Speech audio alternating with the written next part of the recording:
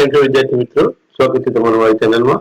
આજે આપણે ધોરણ 10 ના સ્વાધ્યાય નંબર ગણિતના સ્વાધ્યાય નંબર 1 જેનું નામ છે વાસ્તવિક સંખ્યાઓ, તેના સ્વાધ્યાય 1.1 નો 1, 2, 3, 4 અને 5 દાખલાઓ, જેમાં નીચેની દરેક સંખ્યાને તેના અવિભાજ્ય અવયવના ગુણાકાર સ્વરૂપે દર્શાવો એવું સવાલ પૂછ્યો છે। બરાબર, તો આપણને શું આપ્યું છે? પહેલા આપ્યું છે 140, કેટલા આપે છે?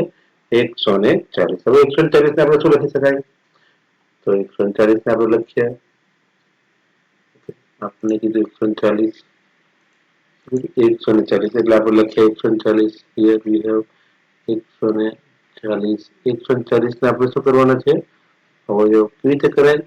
આપણે અવયવ કરવા પડશે, એટલે 2 વડે ભાગતા આપણને શું મળે? 70 70 દૂને 140, 2 વડે ભાગીએ શું મળે? 35 35 દૂને 70, 35 શાના ટેબલમાં આવે?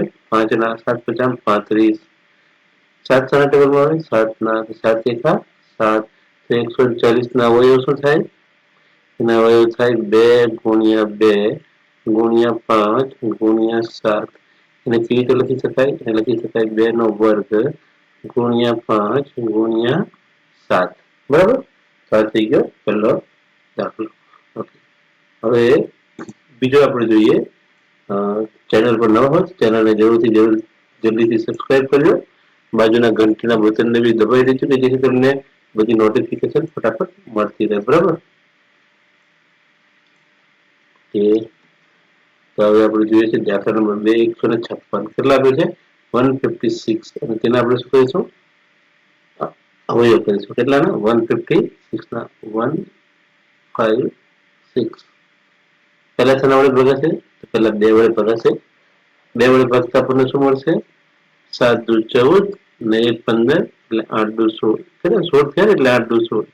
તો પછી 2 વડે ભાગાશે, 2 વડે ભાગાશે, 3 દુ 6 ને 9 દુ 18। બરાબર ને, 1 ને 8 18 થયા ને એટલે 9 દુ 18। હવે 39 છે, 3 ના ટેબલમાં 13 તારી 39 અને 13 પોતાના ટેબલમાં એટલે 13 એકા 13, તો 156 અવયવ શું થાય? 2 નો 2 ઘાત ગુણ્યા 2 નો 2 ઘાત ગુણ્યા 3 ગુણ્યા ને 13। બરાબર, તો આ તો થયું 156। બરાબર, જલ્દીથી પોઝ કરવાનો અને દાખલા લખી લેવાનો।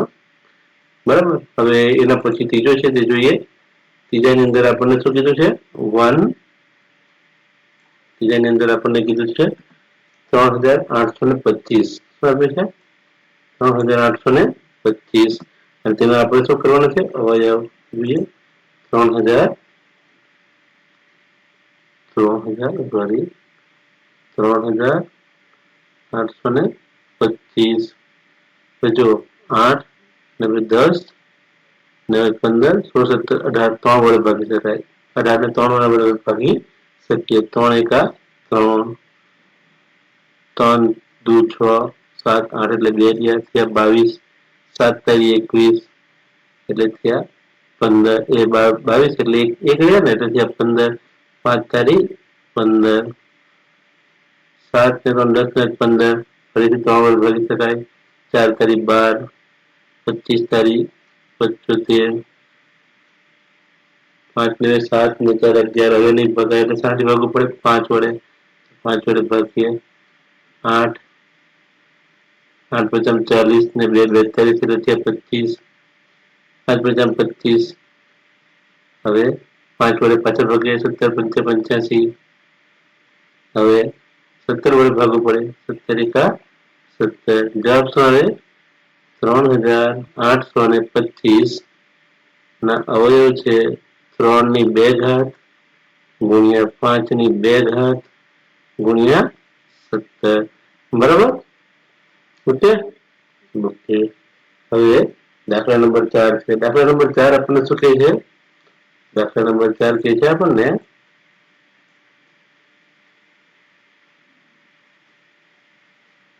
5000 ને 5 ના અવયવ કરવાના છે। 5000 ને 5 ના અવયવ કરવા છે। જોઈએ 5000 5 આવશે, 5005 એના અવયવ કરીએ, પૂછી શકાય। સરસ છે દાખલો। 5005 શાના વડે ભગાશે? પહેલા તો 5 વડે જ ભગાશે. 5 વડે ભાગતા શું મળે? 1 0 0 1. હવે એને શાના વડે ભાગી શકાય? તો હવે આપણે એને 7 વડે ભાગી શકીએ. 7 વડે ભાગતા શું મળે? 7 1 7. પછી આ 3 7 ચોક 28 7 30. એટલે 7 ચોક 28 29 30 એટલે 2 21 7 તારી 21 એટલે 143. એને શાના વડે ભાગી શકાય? એને 11 વડે ભાગી શકાય. 11 એકા 11 ને 3 33 11 33. તો 13 ને શાની વડે ભાગી શકાય? 13 ને 13 વડે ભાગી શકાય. એટલે શું? 1. એટલે આપણો જવાબ શું આવે? 5005 ના અવયવ થાય 5 ગુણ્યા 7 ગુણ્યા 11 ગુણ્યા 13. બરાબર? ઓકે. હવે એના પછીનો છે કે 7429. કેટલું છે આપ્યું આપણને?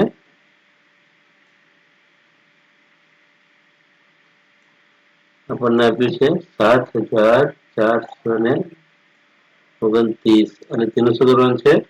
અવયવ. જલ્દી જે આપ્યું છે તે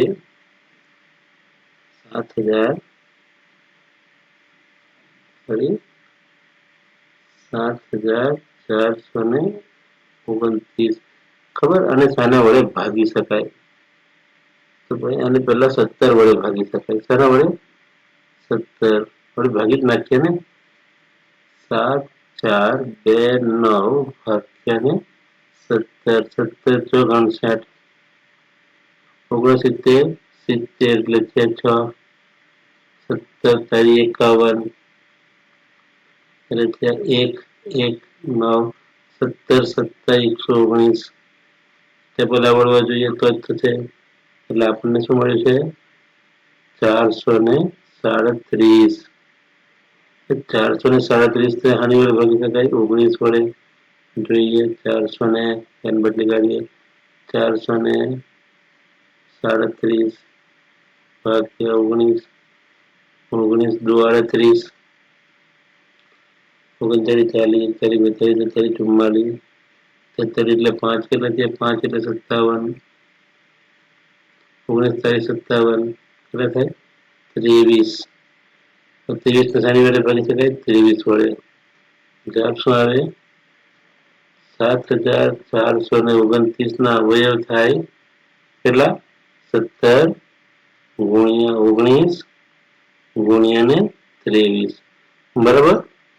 તો વિદ્યાર્થી મિત્રો, આજનો આ વિડીયો કેવો લાગ્યો જરૂરથી જણાવજો. ઓકે.